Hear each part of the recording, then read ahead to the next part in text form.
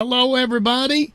Welcome tonight to B'nai Noach Connection with Israel and Torah for the Nations. That's Torah for the Nations YouTube channel, and I guess we call it channel, and B'nai Noach Connection with Israel Facebook page. Also, you that are listening by way of Power Faith Radio tonight, we want to welcome you, and also welcome those in the Zoom room. I'll let Terry do that.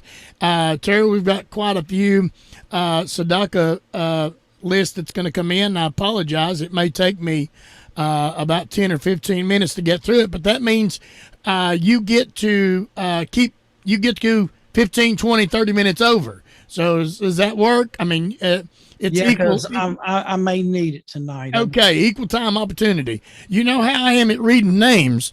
I'm not very good at reading names. So, but anyway, Terry, if you'll greet everybody in the room tonight and do a greeting, I'll get set up for our tzedakah time. Good evening, everyone, and welcome back to the Torah for Nations Wednesday night Noahide class. I'd like to greet everyone that's in the Torah for the Nations YouTube channel, the B'nai Noach Connection with Israel Facebook page, and the Power Faith radio station that's listening in. Just want to greet everyone here. Hope everyone's doing well. If you are in the hurricane area, we hope everything is going well with you. We've seen a lot of pictures down in Louisiana. I just saw right before we left work, my manager pulled a picture of one of the islands. It's not even inhabitable right now. It took such a hard hit. So we just want to keep everyone in prayers there that was in the path of that hurricane. Here in southeast Tennessee, we had rain for about 2.5 days. Solid, little bit of flooding here, but not too bad here. Had some high winds in some areas. We were supposed to get some, but I didn't have any here at the house. They were forecasting about 60-mile-an-hour winds. I don't think we got that high here. But I just want to greet everyone, welcome everybody.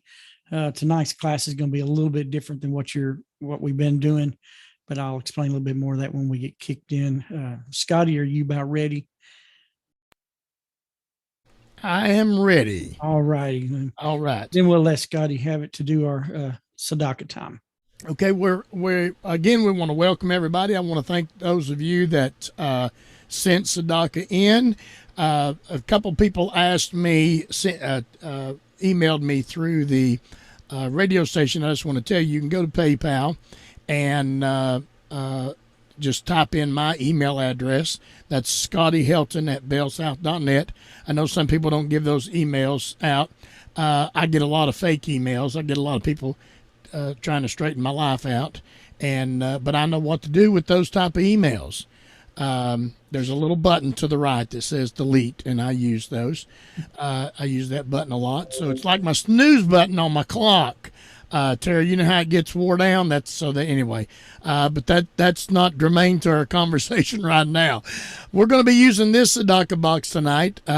We received another one, and so we're going to be using that pretty soon. But we're going to use this tzedakah box tonight, and we've got quite a few that we're going to try to go through. I'm going to do the birthdays first.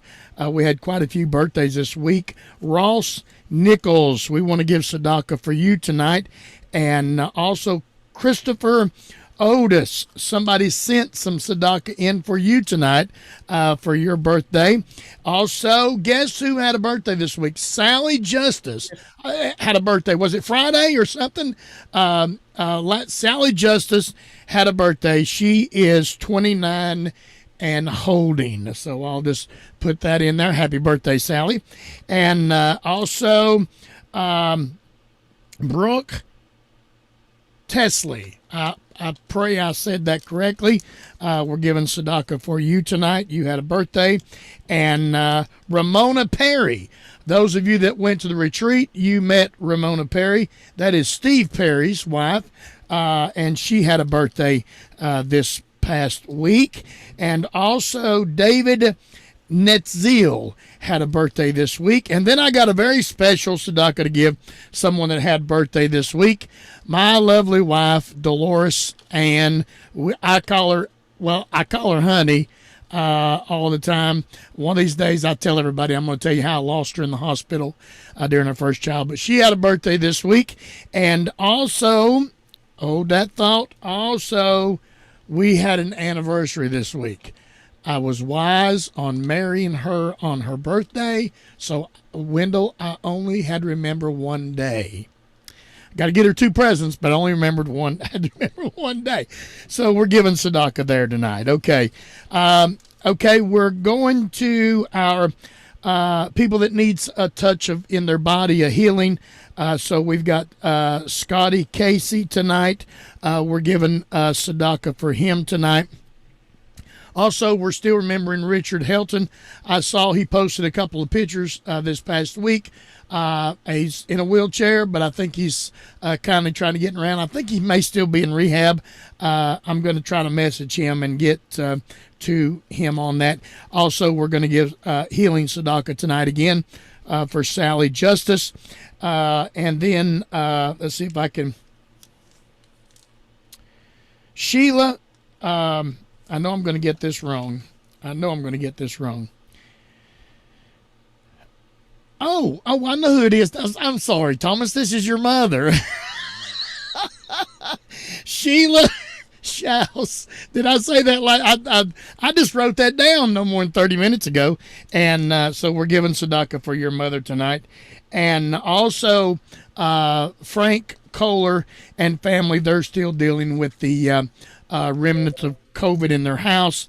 And so we're giving tzedakah for him tonight. Also, we have a very special tzedakah that I want to give just a little bit of detail about. Wendy Shepard sent me, has been corresponding with us this past week about a grandchild. He was born premature, and his name is Caleb Jonathan White. Caleb Jonathan White, premature. She sent me a picture of him in the hospital, and they got all the tubes and everything on him, and it's up and down, you know, when they're preemie and they're trying to do everything for him. But we're giving tzedakah, believing tonight, Wendy, for that. And his father and mother is Sarah and Adam White. And again, that's Wendy's grandson, Caleb. We're giving special tzedakah for him tonight. Okay, we're almost there. We really want to pray for that child. I could tell when I didn't get to speak to Wendy personally, but I could tell through the text. I could just feel her prayers. And so if any of you get an opportunity, just text her. If you're not friends with her, find her, and we'll tell you how to get over, and just send her that you're praying. Also, we're giving, I got more than I thought of. Okay. Blessed Amuela, here's your dollar. Here's your dollar. Amuela's giving $1 tzedakah tonight. Also, Thomas Schaus, $1 for you tonight on tzedakah. Having a little trouble here, but I can kind of. Veronica had a little surgery done today. She's going to get some tests in a couple of weeks, if I understood that correctly. Giving tzedakah for her tonight. Also, we're giving tzedakah for Jeremy Kibbe and his family, giving tzedakah for him tonight. Now we're going to blessed memory. I believe it was Aurelio. Hilario, thank you. Whew, I told you I'm from Townsend and I can't do them names. Bamba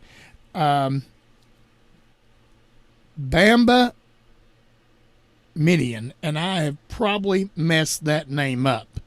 And so, but Hilario, did I say that right that time?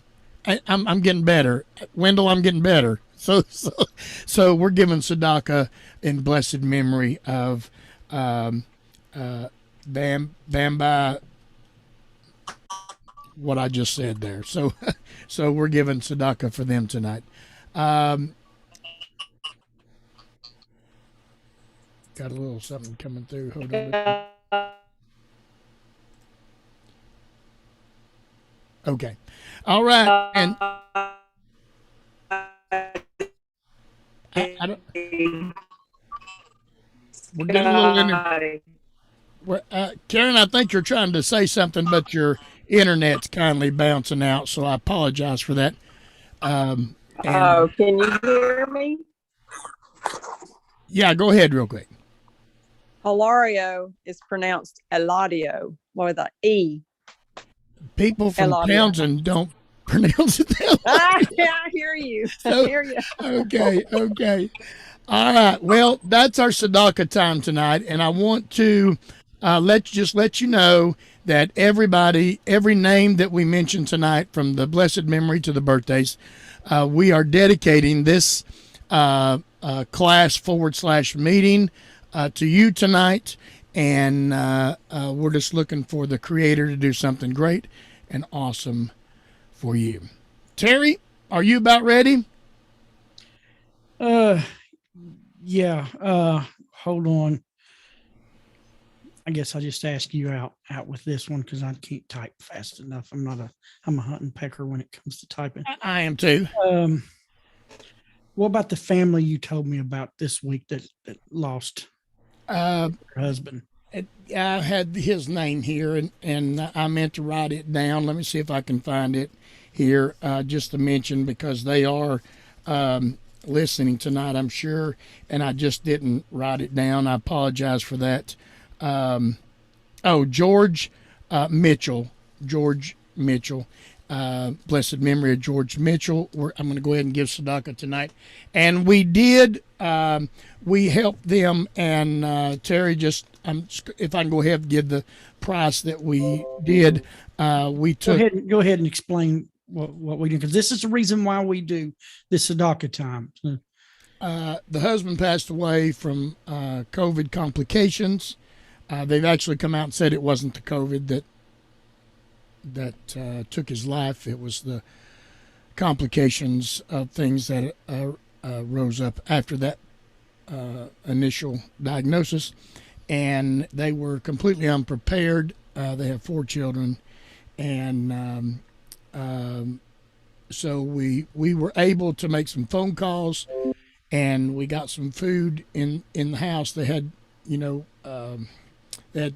so anyway, we was able to get food in the house. We was able to get the funeral completely paid, and then the Sadaka that people gave in here, we took it down and paid a little over $300 on their electric and water bill. So they're paid up, according to the lady I talked to. That would take them on into next year. As much electricity as they average use, that's going to take them on into next year. So so thank you, everybody. Is that what you wanted me to talk about, Terry? Yeah, I was hoping that'd be okay, because I know this is reason why we do this, is situations like this. That's the family was left without a husband and a father, and there were some issues of utilities and things like that, so they could have a place to live. And this is the reason why we do this. Yeah, and I talked to this gentleman, met him several times, and we've had a couple of great conversations. And they were not affiliated with any kind of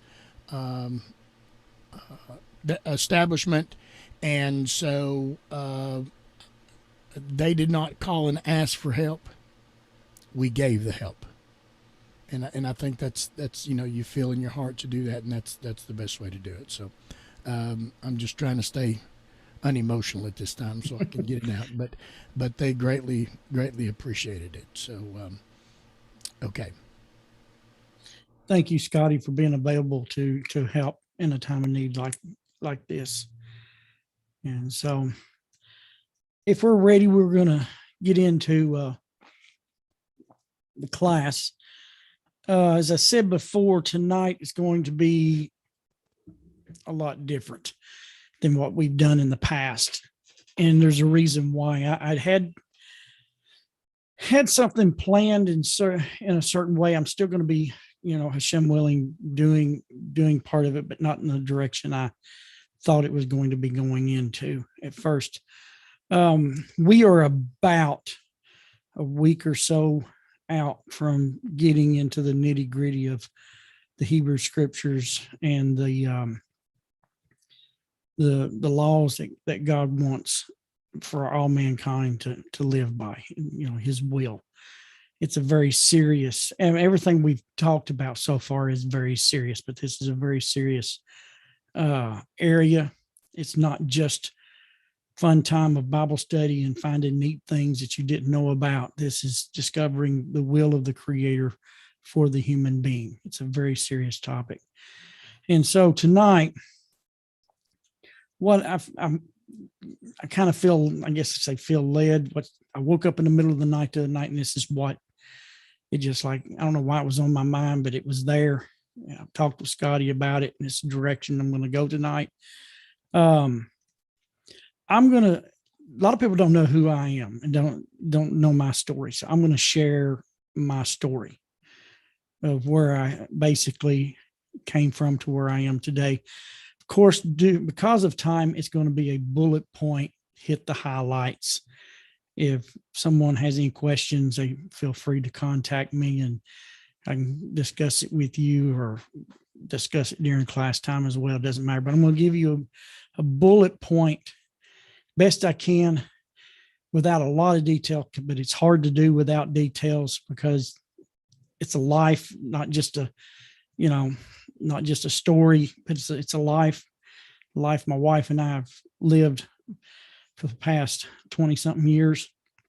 And so tonight I'm going to tell you a little bit about my story, because this is important as we go into our next few classes and even into the future classes beyond the next couple of weeks. Terry, I apologize. Would you record? Are you recording on your end this? Oh, no, I'm not. A lot of stuff's on my mind today and I forgot to turn it on. Hold on a second. I'll turn it on. And if everybody would hit got it, then we're good to go. We good to go there, Scotty? Okay, as I was saying, I want to share my story in a best way that I can, in a quick way, because there's some things at the end that I want to share. To begin with, everybody's spiritual life is a journey. Everyone has a story for your life, from how you connect with the Creator. And mine is that in the let me just start this way. My wife and I both grew up in a specific denomination. And I was the fourth generation of my family. My wife was the third. Our firstborn daughter became the fifth of my generation, or my family. She became the fifth generation in that particular denomination. It was everything we knew. We weren't looking for anything else. This is who we were. This is what we were. We were completely happy with who we were. Was excited to see our children grow and grandchildren come and sit beside us as we went to services and to our church activities and things like that. But in the mid 90s, that ended. In a moment's amount of time, our denomination, that everything that we knew, ceased to be. We became spiritual orphans overnight. Didn't know what to do. Never been anywhere else. This is all we knew. We were both born into this, raised into this, and now it was gone. There was no future that we had thought that we had, in our spiritual path, our spiritual walk that we grew up in. So it took some time. It was very devastating. It took a lot of time for the dust to settle. And within some time, I don't remember exactly how long it took, but my wife and I found ourselves walking through the front doors of a Pentecostal church. Turned out to be the mother congregation of a very large Pentecostal denomination, at least here in the eastern United States. Never been in anything like that. But in time, we found our way from the back pew to the front pew because we were always very active in everything we've done. We're 100%. My wife and I are 100% where we're at. And so it didn't take long for us from sitting on the back pew by the door to the front pew, where we pretty much stayed for a long time. The pastor saw a difference in my wife and I and our children. And he approached me and said, well, we have a Sunday telecast that's a live telecast of the service. He said, we also have a call-in prayer service for people who need prayer. Would you like to be involved? So I got involved, and it was quite interesting, and did that for some time. And then the pastor came to me and said to my wife and I, and said, would y'all like to teach Sunday school? And so we met with the children's pastor, and we began teaching second grade Sunday school, moved up to later on to fifth grade Sunday school.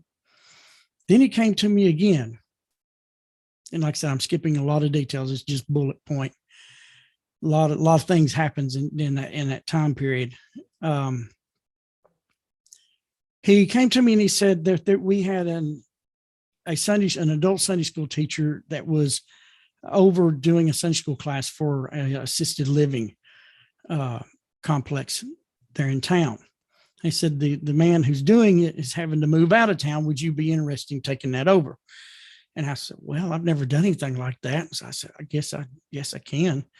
So I went over, and it's just a 30-minute class, go and be back in time for services, and had 5 little old ladies, 5 grandmas, loved them to death.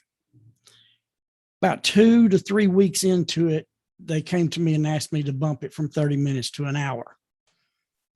And it became, I was just going to be honest with you, that hour of time that I spent with those ladies is probably the best hour that I had spent doing ministerial service, however you want to put it.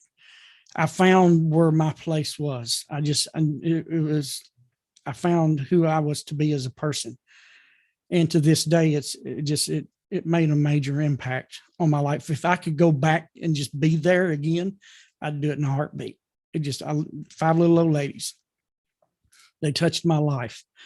I got to where I would go over through the week and to their apartments and spend time with them and talk with them. And just, if you ever get a chance to visit, a assisted living home and nursing homes and visit with the people, I highly recommend it. These people need people that'll just come and hold their hand and just sit and listen to them and just be there with them. I was doing that for a while, and then the pastor approached me again. And he said that thought he would like to see my wife and I go through a ministerial program and become credentialed ministers in the denomination. And so we discussed it, and we went through that program. After graduation of the program, we accepted an assistant pastoral position in a small congregation, actually, here in Chattanooga. And what's really interesting, it's funny how things work out. My wife and I both work at the Toyota dealership we work at is only a couple blocks away from where we served almost 4 years as associate pastors.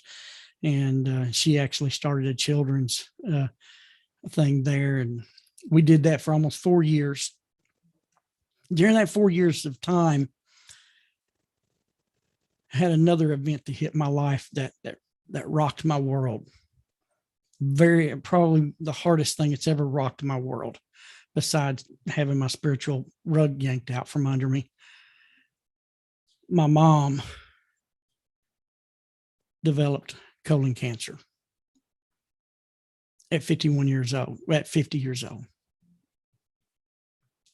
And prior to her passing, which was the hardest thing in my life because my mom and I were close, only 16 years apart between us. I'm a whole lot like my mom. I'm more of a settled person. And I was in the chapel, the hospital, probably about a month or so before she passed. And I went down into the chapel praying. And I became very bitter. I became very bitter toward God, or at least who I thought God was. I became so bitter. I threw my Bible that I had been teaching and preaching from for years. I threw my Bible at him. I was bitter. I was mad. You know, flat out, I just said, of all the wicked people in this world that to me didn't deserve, you know, to live, and you took a woman who I saw pray a dog back to life. She was a very humble person, and it was rocking my world. I became bitter. And then on November 1st of 2000, she passed. And I wasn't an outwardly angry person. It was inward. I still had a job to do. I was associate pastor. End of services, I was in the altar praying with people. Boy, that's hard when you're trying to pray for someone and you don't believe what you're praying. It's even harder when you get up and have to, you know, preach a Sunday service or a Wednesday night service because the pastor's asked you, to do a service that he couldn't be there. And you're up there having to preach and you have this bitterness inside of you. That was difficult. That was one of the most difficult times in my life. It was about a year and a month after her passing. I woke up one morning and there was something on my mind and some words that was in my head that I don't know if I'd ever heard before. And I got up and sat down at the computer. It was on the weekend. And I sat down at the computer and typed it in, went to yahoo.com, typed it in and start researching. And I found that there were some things out there that was very similar to what I grew up with. I did not know existed.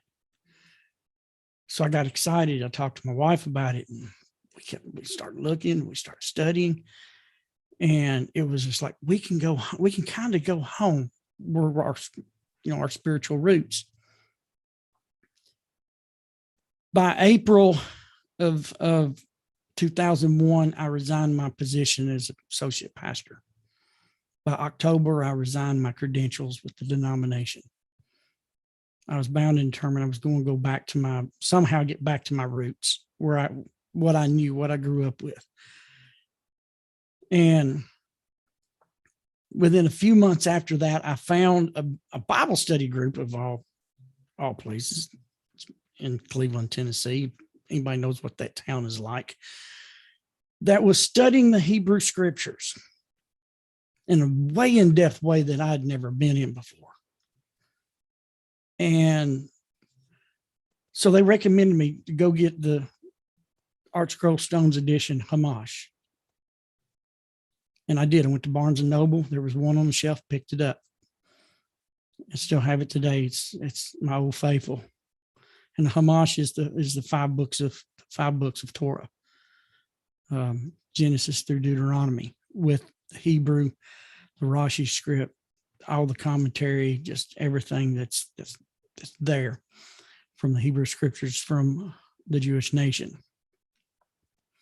And we began, it was a really interesting Bible study. It kept growing, it grew fast.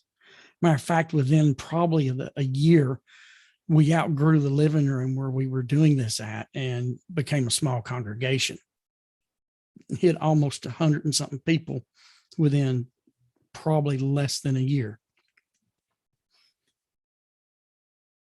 Then that didn't last, because the majority of the people that were there out of curiosity and not sincerity. They were just being nosy of what was going on. And yours truly got up and spoke a message one time that didn't hit very well. Because it had to deal with some modesty issues that we were dealing with, because we were learning and growing in the way we should be, with the Creator and with one another. And I had men coming up complaining, and so I took it, okay, I'm going to step up. And yeah, that was it didn't last. I wasn't allowed to teach anymore because I made some people mad. Scotty, I have a tendency of doing that. When you get up and, the church is mostly Pentecostal, and ladies are jumping up and down and dancing, and the men are sitting there and they're like, I don't know if I need to be witnessing this thing. And so I spoke about that, saying no more jumping up and down, ladies, not in front of married men, and it didn't go very well. But then there was some other issues behind the scenes I didn't know that was going on that later on closed the doors. And back home, my wife and I went, and my phone started ringing about 2 weeks later. We need you to teach Torah. We need you. Nope, it's over. Well, it just rang and rang and rang off the hook. So finally I said, okay, whatever. We'll start having a once a week class, or get together, however you want to put it. It didn't take long to fill up a living room with about 30 people in a 900 square foot house. The living room of a 900 square foot house. I started having about 30 people every week. Enough that we had to rotate the houses because I said, I don't have room, for this many people. And so we went on. And we carried on, and Scotty knows me, my books, and I joke about my books, but every Saturday morning I'd sit there beside my wood stove, and I'd have a stack of books as high as my chair, and we would go through and we would sing and things like that, and have a class open. It was an open kind of class with questions and stuff, and it was really good. Well, a couple of years into that, one of the ladies who we became real good friends with, her and her husband, they were about 10 years older than we are, and started spending a lot of time with them.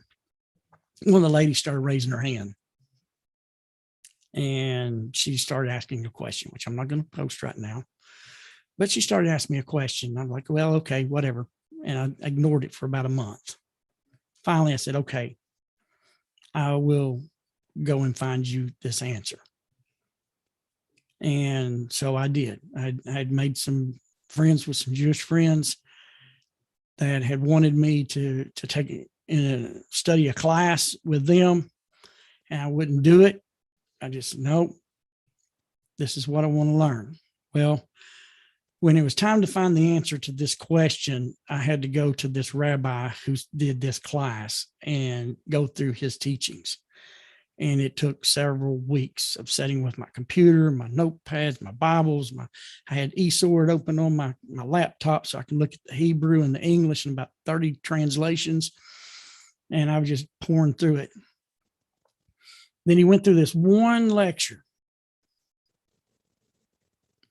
and it caught my ear. Just a couple of words.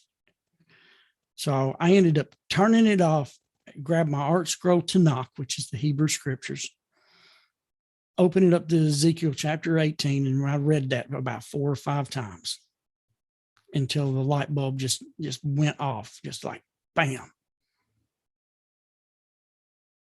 And then my wife and children got home that evening. I sat down, I went through it with them and showed them. And I said, now what do you see? And they saw what I was seeing.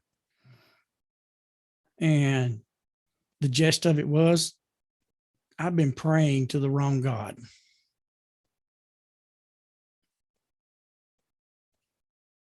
Because it was just open right there in front of me that there's a Torah command or a statement from the Creator, the book of Deuteronomy, and then Ezekiel 18 is its explanation in detail.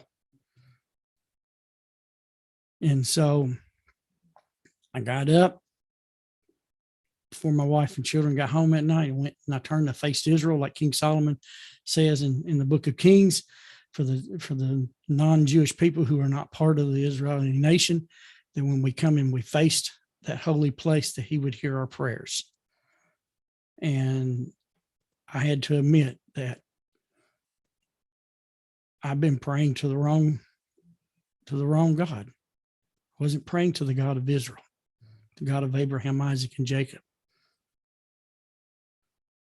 And it changed. I mean, it scared me to death. It scared me to death. I was sitting there and I said, I don't know what to do. But I said, I know this is where I need to be. And so it totally radically changed my life. And from that point forward, the next weekend we got together, I opened up the Hebrew scriptures and I read Ezekiel 18, asked them a question. Everyone got up, turned their backs on me. Haven't talked to as many of them since this was like end of 2008, first of 2009, somewhere in there, except for the families, a couple of families. And then the lady says, well, I was wondering when you was going to get to that. She was waiting on me. They'd already seen it, but they'd known me long enough that if I studied, because as much as I studied and put my head in my studies, where I would be at. The next obvious thing for my family that we thought was we're going to join the Hebrew nation. Matter of fact, we're not only going to join the Hebrew nation, I wanted to move to Safat. Never been to Safat. Now, my friend that was over the congregation took me to Israel for 7 days back in 2003. Didn't want to come home. I knew where home was at.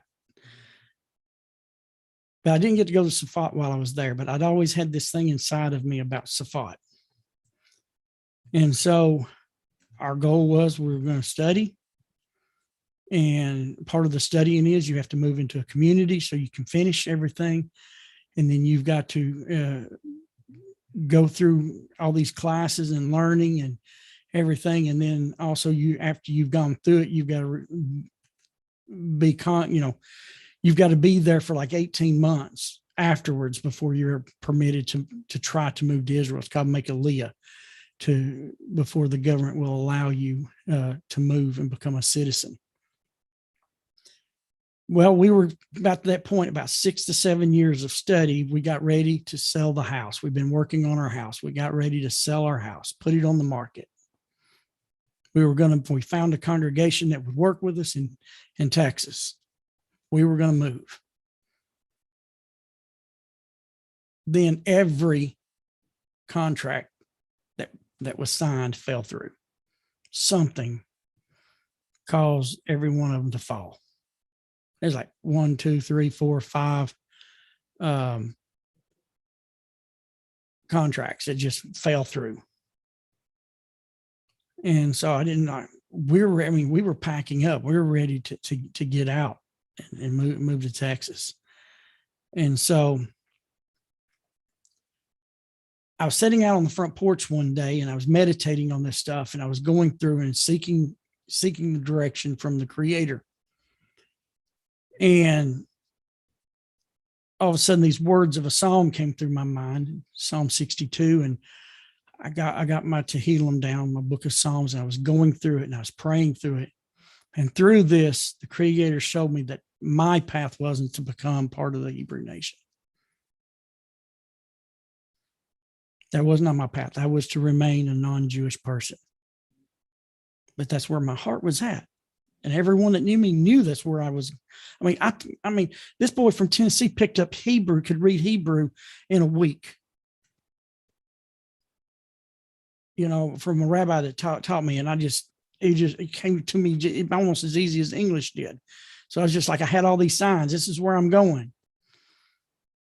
But now it was like, nope, you're going to stop. This is not where you're going. You're going to remain who you are, and you're going to learn who you're supposed to be as a human being.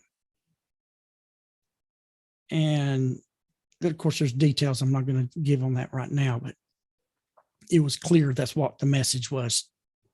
I went in and I talked to my wife. I told her, I says, we can't go to Houston.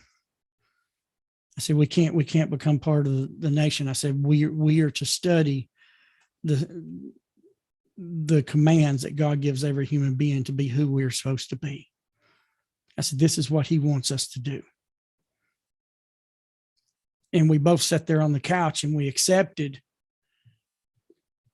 the scripture that, or not the scripture, we accepted the message that we felt that we've got.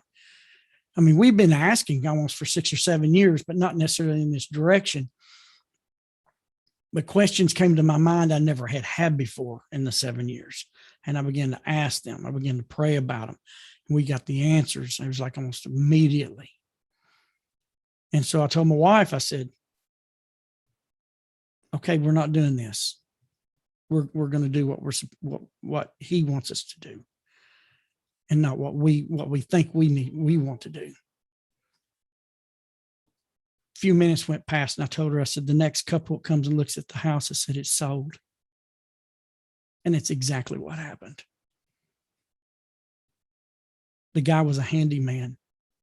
I said, well, I need to get the roof inspector out here. He says, no, you don't. He says, I do this for a living. I'll inspect it, and the bank will approve it, whatever I do.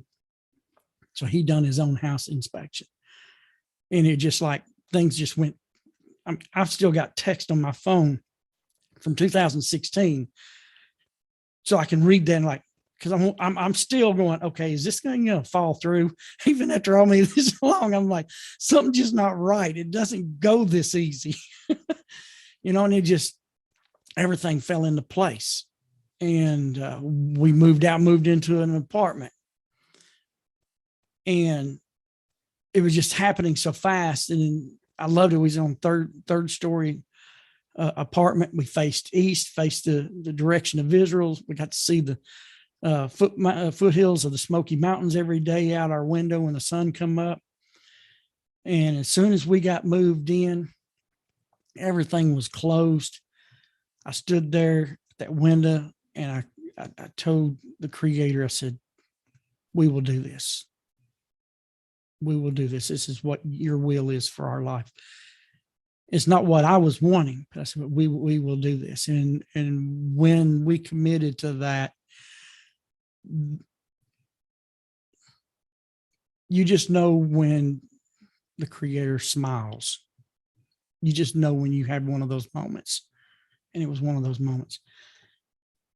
And I told this story. The reason why I told this story, and like I said, this is a bullet point story right here. There's a lot of details that's that I had to leave out. I just wanted to hit the highlights. There's a reason why I told this story, because this is part of my journey. See, we wasn't looking for this. We were happy where we were at and never intended on moving from where we were at, planning on raising grandchildren and great-grandchildren where we were at. We loved it. We had no grievances in where we were spiritually in the mid-90s because we were at home. It was our home. It was everything we knew. And then all of a sudden it's gone.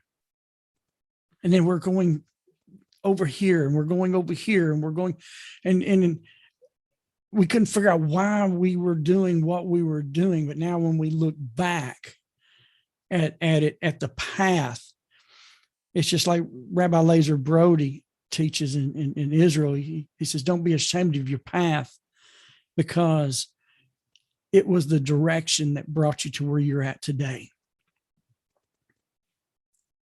And there's things I did not, because of where I grew up, there were things I did not know about traditional Christianity. I got a heavy education on that without going to seminary. I got a major education on that. And then in other aspects, why I was over here? It was all for education and learning. And plus, because of where I was at in my home, in my spiritual place, there wasn't really any growth. I never really studied. Studied a little bit, like everybody else, studied enough to maintain your belief. That's really about what most people do. They'll study within to maintain their belief, to feel like they're right where they're at. They don't really challenge anything. But until I met my good friend, my very first Jewish friend, Avia, who taught me how to study. I didn't grow up in an educational home. I grew up in a home where I was taught, get a job, pay your bills. You know, that's what you did in society. We weren't around education, going to college and things. That was, no, you go get a job. You get out of high school, you go get a job, you pay your bills, you get married, and you take care of your family.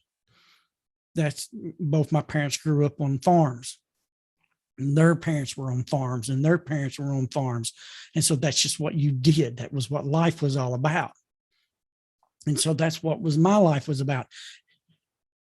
But after I got to be really, really good friends with the first Jewish person I'd ever met, who is part of the stepping stones of my path to where I'm at today, he put an interest in study in me that I did not know was there. And Scotty knows I love it now. I mean, just that's who I am.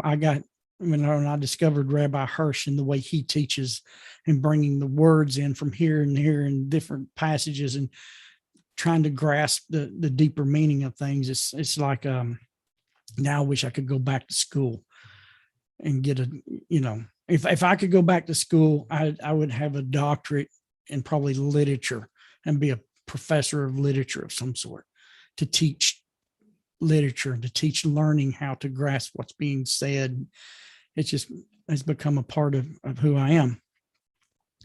But I wanted to tell the story to bring this to a point because of the passage that came to me this week that's going to take us into our next level of study. And it's in Psalms chapter 19, verse 8. Psalms 19, verse 8. It says, the Torah of the Creator is perfect.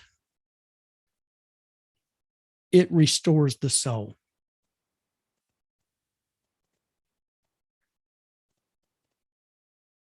So you see, around 2009, I really began I had already begun in around 2002.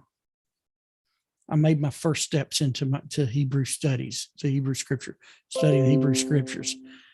And but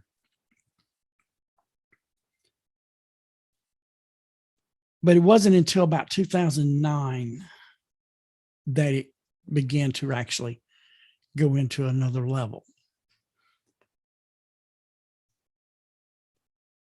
And then 2016, it went to the next level for me in my journey. You see, the Torah of the Creator is perfect. You don't need anything else. There's nothing else that you need other than the instructions of the Creator. It is perfect and it will restore your soul. Matter of fact, the Hebrew word here that is restore is mashivat. Mashivat is translated as restore. Within that word, you have the word shuv, which means to return. The Torah is so perfect, it will return your soul to wherever you took it in your path. You see, what happened in my life is that when I came to the Torah of the Creator in this path, it not only restored me, but it returned me to where I'm supposed to be as a human being. See, this will restore every human being on the face of the planet. This is what we're going to be getting into our next few classes that we've been talking about, that we've been leading up to for almost, what, Scotty, 3-4 months now. We've had one heck of an introduction. Even when we went through Psalms 145, it was part of this introduction. We're going to be going back to the beginning. We're going back to Genesis chapter 2. We're going to be going back to the two trees, because those two trees has the answer to life and humanity and what the Creator wants. Rabbi Hirsch says this about Psalms 19:8. He goes, and I'm going to paraphrase this because it's in his paragraph. I'm going to paraphrase it, but it says, basically, it says, I'm just going to put it this way in my own words. Every man will face a question, because I did. That's the reason why I shared my story. Every man will face a question of what law is it to which he must subordinate himself to, so that he can achieve his life and that he will become what he should be in accordance with the will of the Creator. Every man will face the question, what law am I supposed to do? Am I supposed to achieve to become what the Creator wants me to be? Not wanted, but wants me to be. And we're going to be getting into that in the future classes. And I shared my story because I want you to see that I'm nobody special. I'm like everybody else. I grew up in a Christian denomination. But that ended. But I stayed in and found myself as a Pentecostal and became a minister, became an associate pastor, became a congregational leader and teacher, become a home Bible study leader, just teaching and learning the best. I'm just like everyone else that goes through that path. You know, there's a lot of clergy out there that can tell you stories on how they became who they are as pastors and evangelists and spiritual leaders. There's something there that just keeps pulling you along, but we should never remain where we were at 20, 30 years ago. See, now I was willing to do that. I wasn't looking for nothing else. I was happy. Leave me alone. Matter of fact, some part of my journey, my wife, in this journey, and I can tell you, there's people who can understand what I'm about to tell you. We got hurt. We got stabbed in the back by our best friends, people who we never would dream about drawing a blading and running it in our back. And we would lay in the bed for a month and tell God, leave me alone. I'm kind of glad he didn't listen to me. But everyone who is, I'm going to tell you, every clergy person out there right now can understand what that is right there.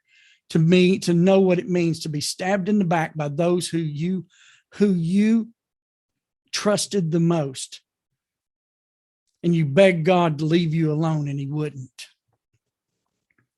But I'm glad he didn't leave me alone, because then I found that the Torah of the Creator is perfect. I don't need anything else.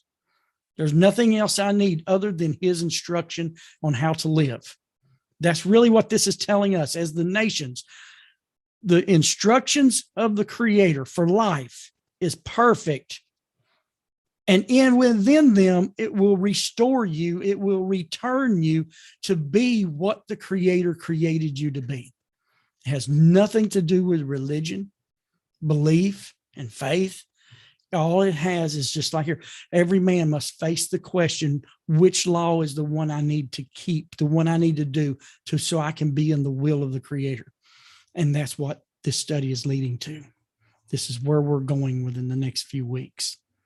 And then it's not going to be a quick study. We're going to be taking some time because it gets in depth. It's really deep. And I'm not talking about like spiritual deep. The deep I'm talking about is actually very simple. Very simple. Like how to treat another person when they anger you. Something I've been having to go through here a lot here lately myself. How do you know when you might be committing theft, murder? See, there's ways of committing murder without drawing the first drop of blood. How do you know to what kind of relationships that you should be having with one another?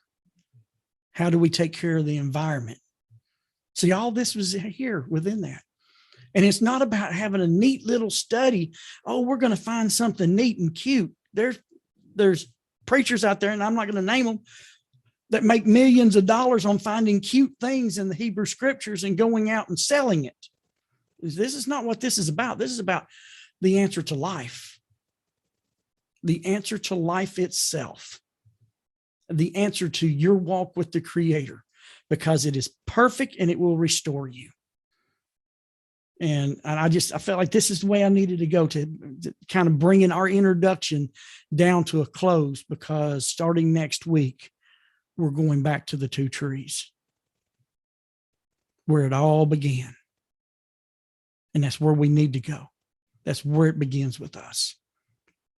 And the instructions for mankind is wrapped up in those two trees. And we're going to look at that, and not only discover it, I'm going to ask you to take what we learn and pray and learn to live it in your private life, because that's what it's all about. Anyhow, Scotty, go ahead. Awesome, Terry. Awesome. I want to get you to talk about something here. Okay. You know, we all in our journey to where we are now began reading scripture and having, I like the way Amuel is the one who coined this phrase for me, aha moments. And those aha moments build up, and then you make a decision.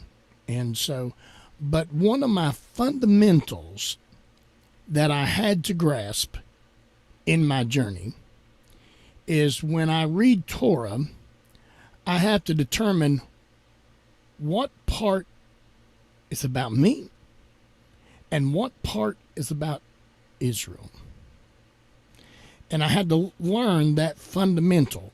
And there is a way to do that, correct? There is a way to, as you read the Torah, to understand what is talking about me and what is specifically for Israel. Can you that is a very primary component as we go forth, because so many pick up, the scriptures and they read things and it says, God says, keep my commandments. Fear God, keep my commandments.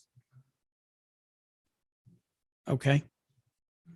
But see, that we have to go to the Hebrew people. We have to go to the Hebrew people to understand what that is saying.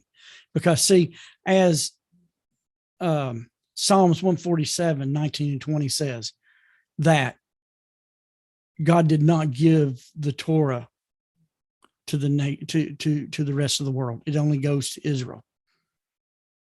And their job is to explain it to us. There's prophecy after prophecy in Isaiah and Zechariah about the nations coming to the Hebrew nation, to the mountain of God, to learn his ways and walk in his paths. We don't go anywhere else. We don't go to these mystical mountains and cities anywhere in the world to learn his ways, but only through Israel, because it's the heritage of Israel. And so we have to learn when it says, keep my commandments. See, it's the same for a Jew. One thing I forgot to mention, I wanted to move to Safat. That I just have this heart for Safat. I have for a long time. Don't know why. And early on in around 2009, 10-ish or so, I started writing a blog. Well, a couple years ago, I get an email from this man in Safat, Israel. His name's Pesach Sherbo. Yes, y'all may have heard of him. He said, hey, I just read your blog. Can we talk? So we video chatted it for some time. The connection was made. And it was just like you just said, an aha moment. My heart was in Safat, but that wasn't where I was supposed to move. But the Creator gave me a spiritual father in Safat, Israel. He kept that connection. And he has showed us, and I already, because I'd studied about becoming a part of Israel, I'd already learned a lot of what Israel is supposed to do. But Rabbi Pesach has shared with us that even he is a Jew when he reads the commandments, the statement, keep my commandments. I cannot just go and say, this is the one I'm going to do, and this one's I'm going to do. He says, no, he is a regular Jew. Okay. He's not a Levite. He's not a Cohen. There are commandments that are given to those people. An example that I've used multiple times, even Pesach, he can't get up one morning. If the third temple was there right now in all of its glory, he could not wake up in the morning and drive from Safat to Jerusalem and go up on the Temple Mount and clean the ashes off the altar. But that's a commandment. Nope, that's given to a specific person within the tribe of Levi and the Kohanim, the priest. Though it was a commandment, it wasn't commanded to him. So we have to learn what are the commandments that are commanded to us. There are commandments that are given to women. And men can't observe those. Does that mean we're breaking a commandment? No, we have to learn the divide. And that's what we're going to learn in the two trees is the basic, there's a passage in Jeremiah that says, seek you out the ancient path where there lies the good way. We're going to go back to the ancient path for all of humanity. What we're going to be learning is not something separate from Israel. It is actually the foundation of the 10 Commandments. The 10 Commandments was given to Israel. There's aspects there that was given to Israel, but there's other aspects that's part of us. So what about murder? What about this? Understand the 7 that we're going to be discovering and going through in the two trees is the foundation of the 10.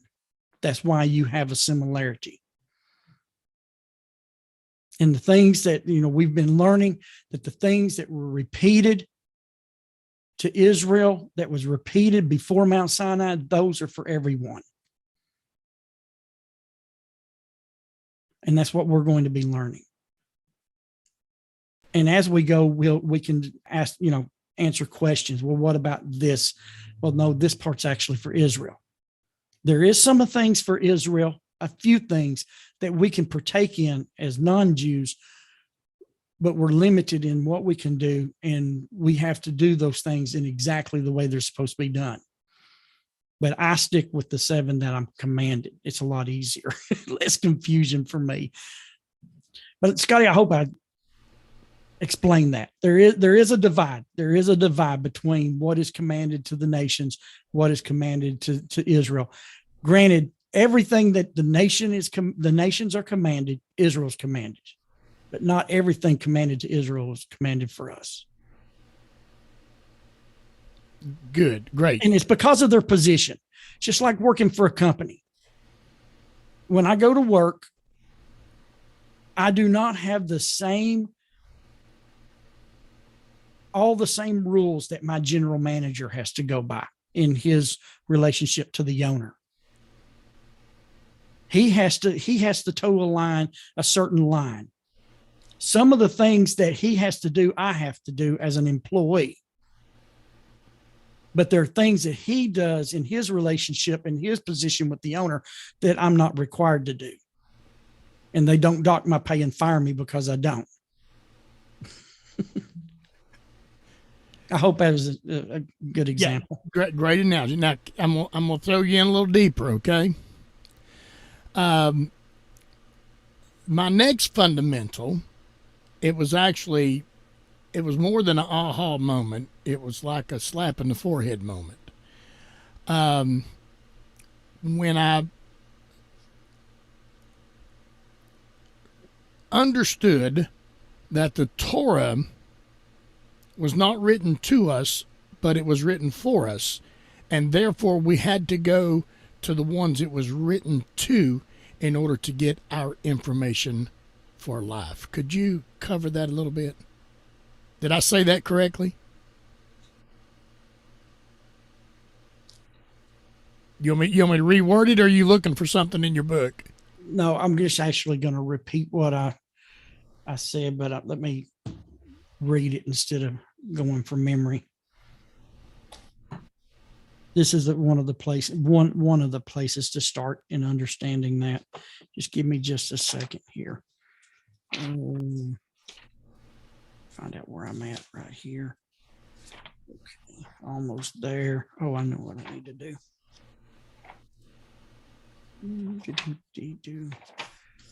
You'd think it's one would be. If I could just say, Terry and his books. There's not a time we don't get together that there's a pile of books next to Terry. Tell me when you find it, Terry. I'm gonna put you back on speaker. I'm almost there. I'm just. I wish this one had the chapters at the top of the page, and it doesn't. But that's okay. I've got a section that I've about wore out that lets me know where I'm at.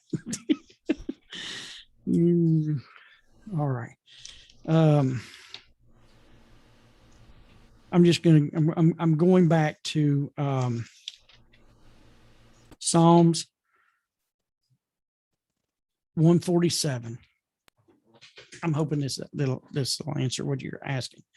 Psalms 147, 19 and 20 says, he declares his word. Hold on. Rabbi Hirsch's English is just a tad different than what I'm used to reading. So I'll make sure right here. Psalms 147, 19 and 20 says, he relates his word to Jacob, his statutes and his judgments to Israel. He did not do so for any other nation. He did not do so for any other nation, such as these judgments they did not know. That's plain. That's from King David, the King of Israel. He relates his word to Jacob and his statutes and his judgments to Israel. He gave, it's their heritage. It's not even our heritage. The past, I don't have that reference, but you can look it up, Google it. It's like I do sometimes. Where was that passage at? And I remember a part of it, and I'll type in part of the wording and it'll help me find it. But it's their heritage. It's not even our heritage. The Torah is not our heritage. You see, the Creator, when he created the earth in the creation week, the foundation of Israel was there in the creation week. I'd heard it spoken from the rabbis, and when I was studying for those 7 years, all the time. But I'm like, where's it at? I've never read that. And then one day I read it. It was clear. You see, in the creation week, when the Creator says that he set the luminaries in the skies, the great luminary during the day and the smaller luminary at night. When you read why they're set there, to distinguish between day and night, and the months and the times and the seasons. Then he also says, it's interesting, to festivals. But nowhere in the Hebrew scriptures does he designate a festival to mankind until Mount Sinai, actually before Mount Sinai, as they were leaving Egypt. And actually in Egypt, when he told Egypt, this will be, your first month. Then he told them days and months. And then after Mount Sinai, you have the festivals. You see, he set the luminaries for the festivals, and the festivals were for Israel, not for mankind.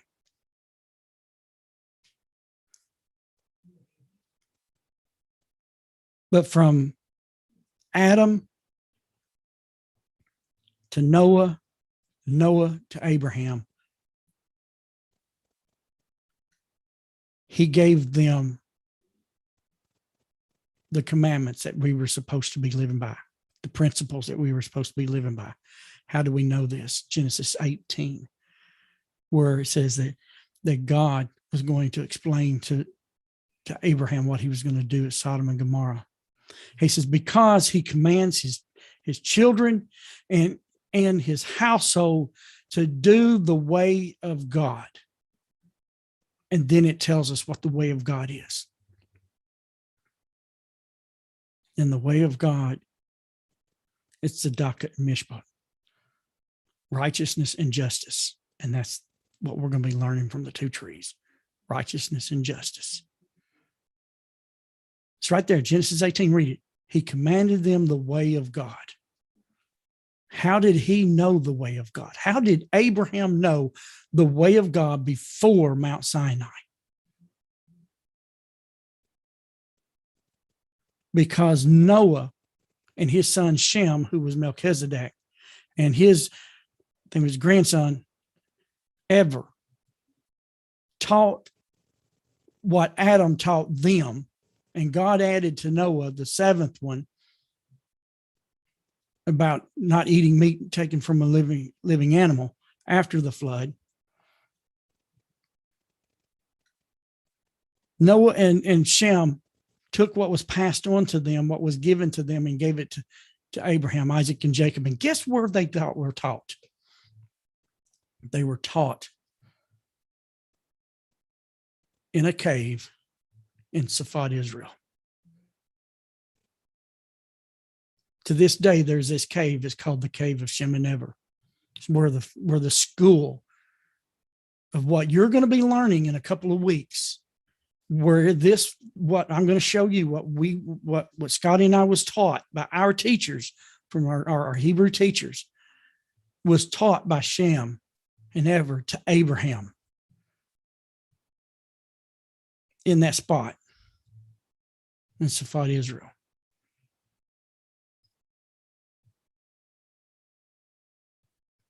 So see, it's what we're going to be learning is the foundation for all mankind. But at Mount Sinai, there's a covenant in Genesis chapter 9. He brings it and these 7 instructions, categorical instructions, under the umbrella of the Sinai covenant. It was no longer to be these 7 were no longer to be passed orally from father to son and teacher to student. Now it came under the umbrella of the covenant of Sinai with Israel, and it became the duty of Israel to teach us. Again, the prophecies points to that it's happening now, but it's going to really kick into high gear in the future. So a lot of people might, well, Israel hasn't really taught us any of this stuff. Well, really, they hadn't throughout the years. There's been a remnant. They are finding archaeological evidence that they have. But in the last 2,000 years, they couldn't. Because every time they opened up their mouth to try to teach what was right, they were killed. They were persecuted. And so they withdrew. But since 48 in the time when Israel started going home to the land, and then on up into the actually really the big all through history, there's been small little bitty pockets. But in the 1980s, it began to come back. And a man named Vendell Jones, who was a Baptist pastor, studied this, went to Israel. And he's actually known as the father of what is going on today among the nations. Look him up. And I mean, I've met several people that has sat under him and learned. And it was awesome. But we go to Israel. We go to Israel, just like it says in Zechariah 8:23. Look at it. Isaiah chapter 2, I believe it is. It says that we will go to the mountain of the Creator, and he will teach us his ways. We'll walk in his paths. Well, who do you think will be teaching us? His priest. All right, Scotty, I can get on my soapbox there. So I hope I answered your question. You did. You covered it great. So I can't wait till next week, Terry. Now, listen, we do have an announcement. Is that the 15th? Let me look at the 15th. On the 15th of September, we will not be having class that Wednesday night, the 15th of September. Unfortunately, Scotty in the engine room will not be here to run the engine room. So Amwella, the yeoman Asher, and myself and Thomas, we're going to be taking some shore leave. Yeah. I we can't go nowhere without our engineer. I got to read. What is it? What is the crystals? You got to recharge the lithium crystals. Yeah. So just jot that down. We thank you so much. We apologize for that, but on the 15th, that's September 15th. Yes, 2 weeks away, September 15th. So we will be here next Wednesday night at 8 p.m. Eastern Standard Time, 8 p.m. New York time. Again, I want to say thank you all, everyone that sends tzedakah. It doesn't matter the amount you send. I had people send as much as $1. That's great. That's awesome. In fact, the majority of times that is what is sent.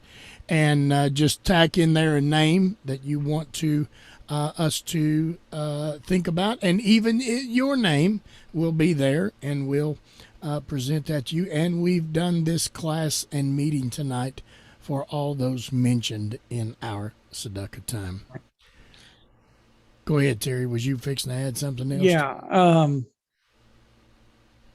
Wherever you live at, everyone is being affected by what's going on in this world. If you know a family that needs help, that's what tzedakah is about. Go and help them. We've only been able to do a little bit, but we helped out with some electric bills so someone have a place to live, and they lost a loved one. Maybe you can do just, something simple, whatever, take some food or something. If you know a family that's hurting because of, it doesn't even have to be what's going on. It could be another illness, a sickness, or just a loss of a loved one from any other. Just care for one another. It doesn't even have to involve money.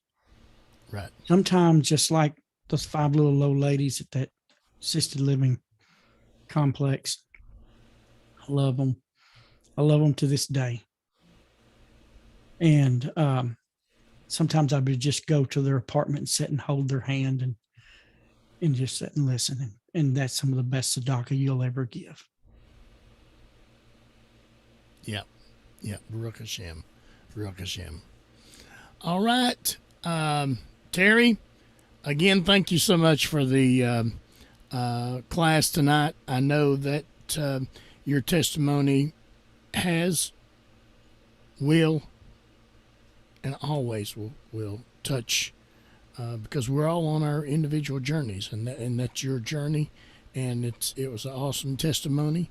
I think Amuela, somebody posted over there that Wendy said awesome testimony. She also posted about the baby was somewhat better today, and so and now they're in Australia. Yes, they're in Australia. Australia. So so Wendy, we're going to keep y'all keep that baby in the prayers. And in fact, I didn't know I was going to do this. Can you talk just for a second, Terry? I need to do something. I really feel like I need to do something. You asked me if I can talk for a second. Boy, now that's an oxymoron. That's a miracle. Can you talk for about 5 minutes? You forget, I was a Pentecostal preacher. Oh, guys, thanks for your time tonight. A lot on my mind this week was sharing a little bit. Like I said, it was a bullet point. A lot of details was left out because of time. I just want to let you know, every one of us are on our own journey. None of us are more special than anyone else. We all have our ups and downs, and hang in there with us. And maybe just this is part of your journey, wherever you'll be at. We're all walking this path together. No one's ahead, no one's behind per se, but we're just on the same path, different places, but no one's better than anyone else. Let's help each other out, hold each other up on the path. Scotty, you ready? I am ready. I'm going to, I want to present to everybody. This is Caleb Jonathan White, premature. It's Wendy Shepherd's grandson, son of Sarah and Adam White, and that's who we gave Tzedakah for tonight, and we're looking for this baby to be blessed. So I hope everybody can see that. I just felt like doing that, Wendy. I hope that was okay. She sent that to me, and I'd like to ask everyone on the radio station, if you want to come over to Torah for the Nations YouTube channel. When we're done here, it'll be downloaded on there. And of course, I'll make a few, updates and stuff on it at the beginning, but it'll be there. Come, and you don't have to listen to this whole thing unless you want to, but come to the ending of it there on Torah for the Nations, so you can see the picture of this child and add this child to your prayers. We also, let me give a report here. Let me find, I got it right here. It's funny when I talked, I don't know why I got the gift of gab. My grandmother told me I had the gift of gab. When I was a little boy, I was shy. I know that's hard to believe. I know that's very hard to believe, but I was shy. Well, Scotty, all my report cards in grade school says Terry talks too much. I got all fines on my report card, Terry. All fines. There's with a capital F on it, but that's okay. Charlie Tipton, his sister, a store that I stop at and get fuel. She listens by Power Faith Radio. She may be listening tonight, and so a couple of weeks ago, I'm sure you remember me telling you about the piece of paper she gave me and wrapped up in a dollar bill and said, "Would you give tzedakah for my brother Charlie Tipton? He had a stroke, and they didn't know if they caught it in time. They did. He's home, and he's looking to go back to work next week." And some would say, "Well, you don't know if it's given that tzedakah that it didn't hurt." People say, "You don't know that's what." Listen, those that have faith in the Creator. I'm not going to teach tonight. Terry's done good. I could. Terry's just. I'm like Terry. You can't give up. Understand, everything that you do, every good deed you do, has a ripple effect. Yes. You may not know what it does in this lifetime. It could be, there are stories of people, generations from a great great great grandparent that done something that changed their life because it kept going. And that can be also on the bad side as well. So it's always good to do the good. Yes. But yeah, just giving and doing tzedakah, even the least amount, you don't know the impact. You don't. It's kind of like what Scotty and I are in a class, and it's kind of like the other night when we were in the class, and it was saying like, see yourself as balanced. You're neither super righteous and all this, but you're neither major wicked. You're a balance. But understand your next act will tip the scale. So how do we know that the tzedakah did anything? Because it tipped the scale. That's how we know it worked. That little bit may have moved it just enough, but it tipped the scale because it was done. It was done right. It was done for righteousness. Let's see. I was kindly looking at the post over here, and I'm trying to figure out, Emuela, what was that you put on there? Scotty, will you re-promote me for driving under? Well, okay, we'll discuss that one later. So, all right. Listen, everybody, we're going to back out. It's almost 9:30, and we so much appreciate everybody's help. Emuela and Thomas, they're kindly co-hosts. They kindly watch what's going on the YouTube and the Facebook. That's Torah for the Nations YouTube channel and B'nai Noach Connection with Israel Facebook page. Listen, give a thumbs up there, subscribe to the YouTube channel, share the videos, give some great comments.